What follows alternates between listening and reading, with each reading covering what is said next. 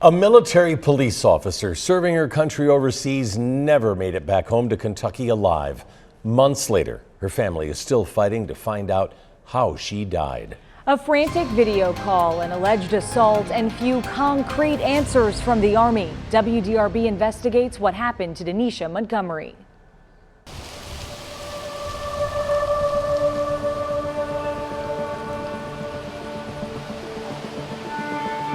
Look, that's your mommy? Is that your mommy? In every corner of this Hodgenville home, That's one. Which one? you'll Show find me mommy. photos of Denisha Montgomery. This is how Josh Smith keeps his wife's memory alive. There's the shoes. Yeah, the shoes, like mommy. Now Yes, raising the shoes 3 for little mommy. boys alone, he wants to make sure they never forget their mother. She's perfect. Everything. She was always a leader, always there for everybody. Family was the reason Montgomery joined the Army. She wanted to provide a good future for her husband and sons. She just wanted us to be proud of her, and we were absolutely proud of her, everything she did. But it's a future she'll never see. Montgomery enlisted in the Army in January 2021.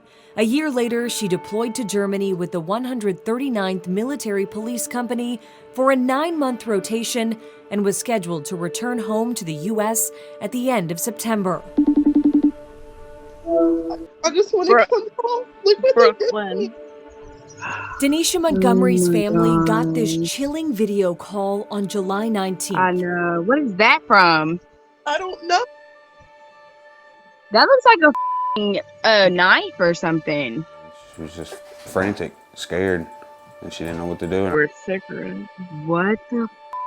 With marks and bruises visible on her body, Montgomery asked her family to record the It'll be call. worse tomorrow. Oh my God! Don't let the kids hear. She told them she went to a water park, had been drinking, and was assaulted by 4 other military police officers on the car ride They home. choked me out. Look, they was doing it to me in the car. Oh was like- wow! I kept telling them, I was like, I can't breathe. I was like, I can't breathe. I was gasping for air. I was like, bro, I ain't never been so scared in my life. I thought I was gonna die in the car, bro. Her family feared for her safety. I'm telling them that I don't want to be here no more. I'll do whatever I have to do, Mom. I'm coming. I can't be here no more. I don't trust them. I don't trust my leadership. I don't want to be here with none of them no more. Okay, honey. In the back of my mind and my whole heart told me that her life was in danger. This is all I wanted to do. Mom, this is all I wanted to do. 21 days after that video call, on August 9th, Montgomery was found dead in her barracks. She was 27 years old. They said Denisha had died by suicide, self-suffocation. And we was like, no, that doesn't make any sense at all.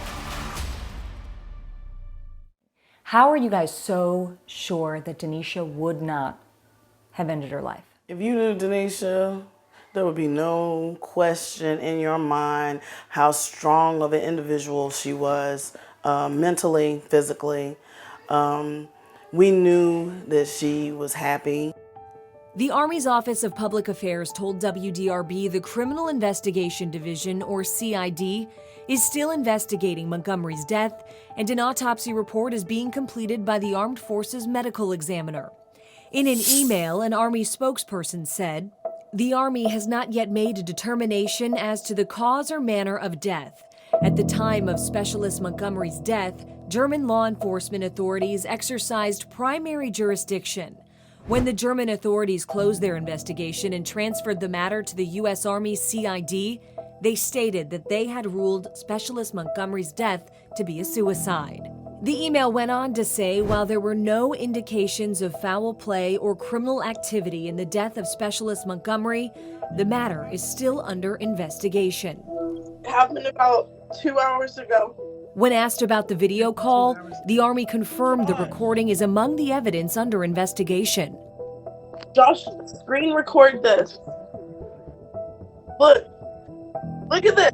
Montgomery's family is doing its own investigation, hiring attorney Lindsay Knapp to piece together the final few weeks and months of her life.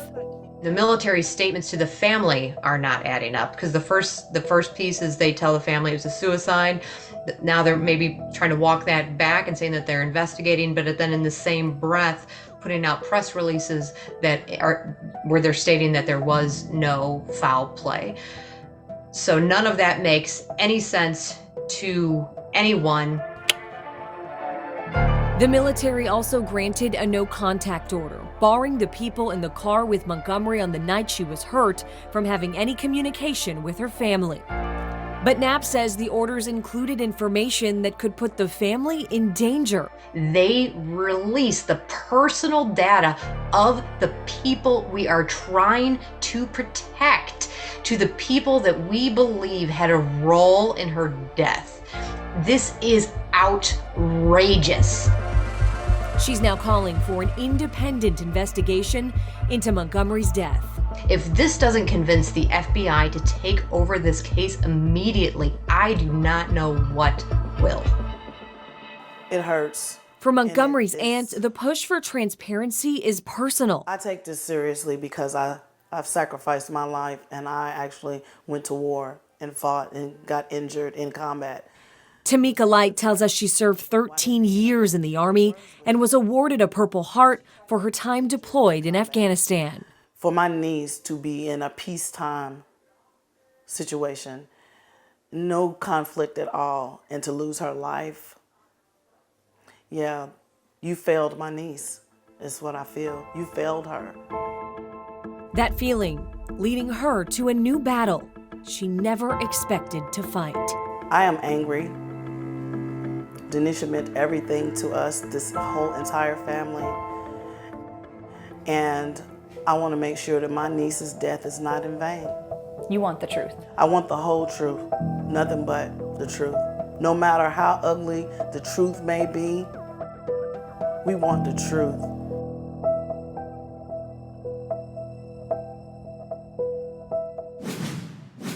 If you have information about this story or any other story you think our Investigates team should look into, you can email us at investigate@wdrb.com or call 502-322-1297.